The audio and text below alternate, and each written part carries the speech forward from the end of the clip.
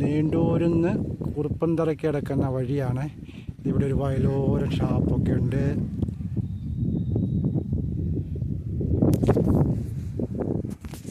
വയലോരം ഷാപ്പുണ്ട്, ആമ്പലുണ്ട്. നീണ്ടൂരിന്ന് കുറുപ്പന്തറയ്ക്ക് കിടക്കുന്ന വഴിയാണ്. ഷാപ്പൊക്കെ കണ്ടോ? കള്ളു കുടിക്കുന്നവർക്ക് കള്ളു കുടിക്കാം. ഇപ്പം നല്ല പ്രകൃതി രമണീയമായ സ്ഥലമാണ്.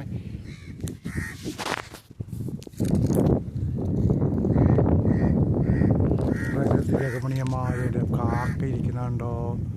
കാക്ക, മാനം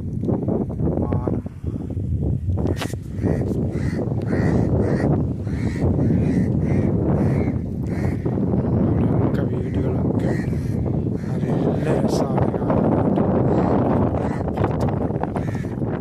ഇത് റോഡാണ്. വെള്ളം കയറി കിടക്കുന്നു. വെള്ളം ഇറങ്ങിയതാണ്.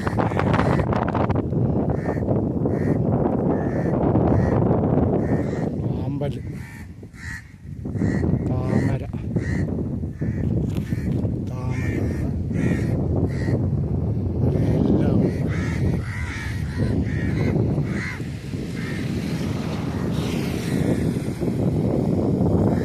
എല്ലാം വയലോരോന്ന് ഷാപ്പുണ്ട്.